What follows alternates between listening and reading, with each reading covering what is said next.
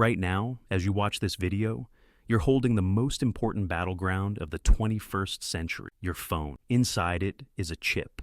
A semiconductor so advanced, only one company on Earth can make it. That company is in Taiwan. Taiwan, a small island of 24 million people, sitting 100 miles from a superpower that considers it a renegade province. China has 2 million soldiers. America has a defense treaty. And between them, a $600 billion semiconductor industry that powers everything. AI, smartphones, weapons, hospitals, cars. If this island falls, the global economy collapses. If America defends it, we risk nuclear war. This is the chip war, and you're already in it. A semiconductor chip is a tiny piece of silicon, smaller than your fingernail, packed with billions of transistors. These transistors are switches, on or off, 1 or 0, binary code. Every digital device you own, your laptop, your car, your pacemaker, runs on these chips. But not all chips are created equal. The chip in your smartwatch? Simple. Made by dozens of companies around the world. The chip in your iPhone?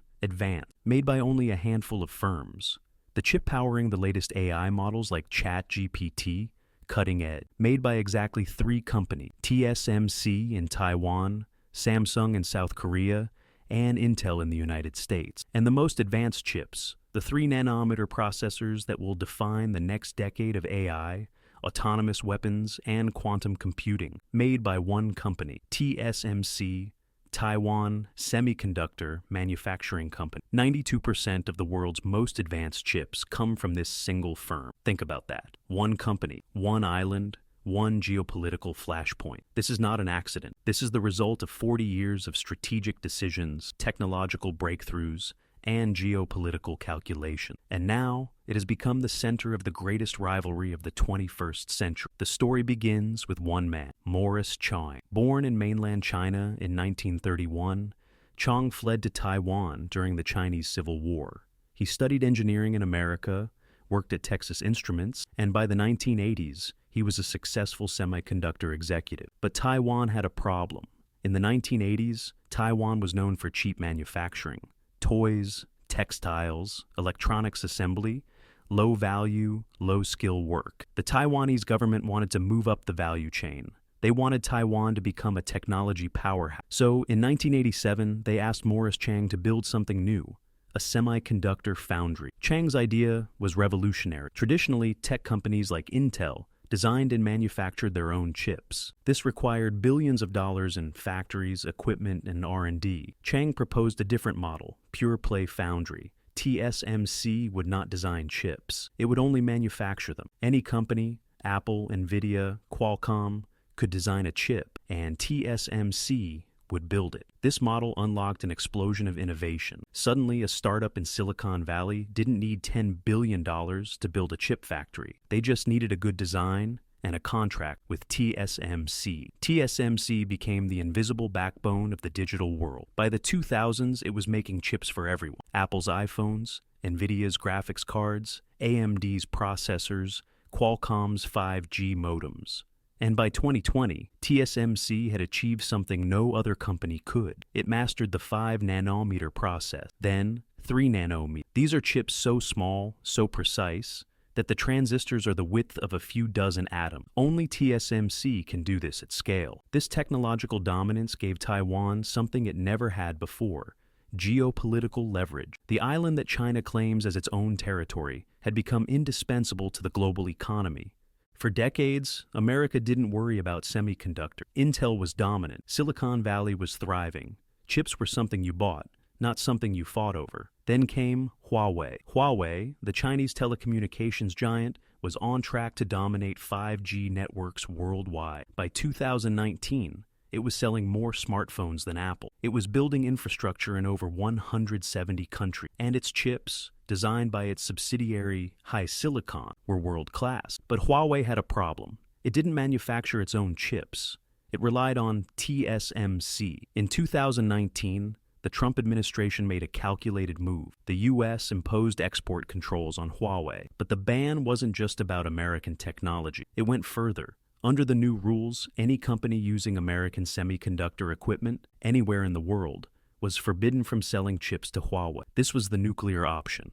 And it worked. TSMC, which used American-made machines from companies like Applied Materials and Lam Research, was forced to cut ties with Huawei. Overnight, Huawei's chip supply dried up.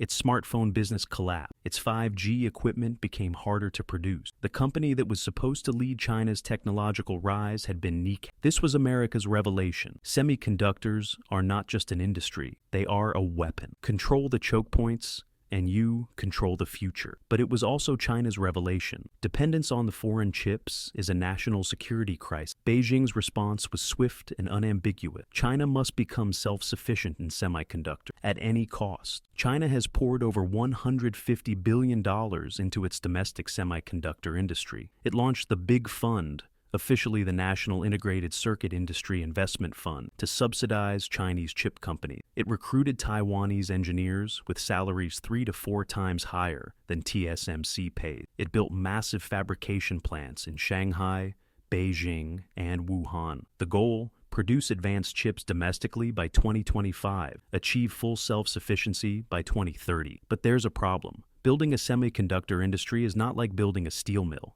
It's not something you can copy or brute force with money. Semiconductor manufacturing is the most complex industrial process humanity has ever created. To make a 3-nanometer chip, you need machines that cost $150 million each. Machines that use extreme ultraviolet lithography. Light so precise it can etch patterns smaller than a virus. Only one company makes EUV machines, ASML, a Dutch firm. And ASML is not selling to China. Under pressure from the United States, the Netherlands blocked ASML from exporting its most advanced machines to Chinese firms. This is the bottleneck. China can build factories, it can recruit talent, it can spend hundreds of billions, but without EUV machines, it cannot make cutting-edge chips. As of 2024, China's most advanced domestically produced chips are stuck at 14 nanometer and 7 nanometer nodes, generations behind TSMC's 3 nanometer chip. The gap is widening, not closing, and this creates a terrifying incentive. If China cannot build the technology, it may decide to take it. Taiwan is 100 miles from mainland China. For Beijing, reunification with Taiwan is not a policy preference. It is a core national interest. Xi Jinping has stated explicitly that Taiwan must be reunified and that China will not renounce the use of force. For Washington, defending Taiwan is not a legal obligation. The U.S. has strategic ambiguity. It has never formally committed to Taiwan's defense. But here's what changed. Semiconductor. If China invades Taiwan and seizes TSMC's factory, Beijing would control 92% of the world's most advanced chip production.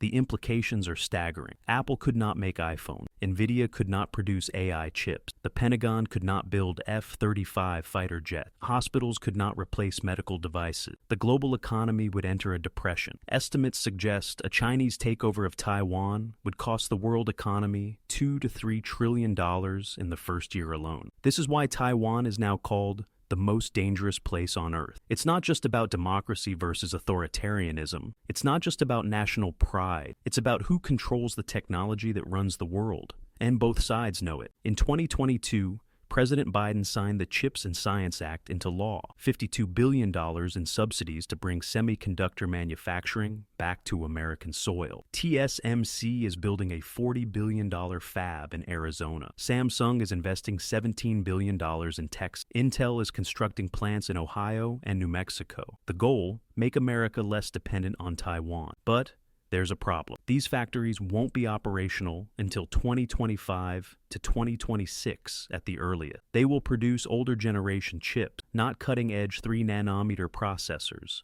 And even when complete, they will supply only 10 to 15% of America's chip needs. Meanwhile, Taiwan is not sitting still. TSMC continues to invest in Taiwan. Its most advanced fabs, the ones making 3-nanometer and soon 2-nanometer chip, are staying on the island. Why? Because Taiwan understands its leverage. As long as the world depends on TSMC, the world has a reason to defend Taiwan. This is Taiwan's silicon shield. But it's also a double-edged sword. The same dependency that protects Taiwan also makes it a target. So, where does this end? There are 3 scenarios. Scenario 1, the status quo, holds China continues trying to build its own semiconductor industry. America continues onshoring chip production. Taiwan remains the critical supplier, Everyone manages the tension. War is avoided. But this requires restraint from Beijing, commitment from Washington, and luck. Scenario 2. China invades. Xi Jinping decides the window is closing.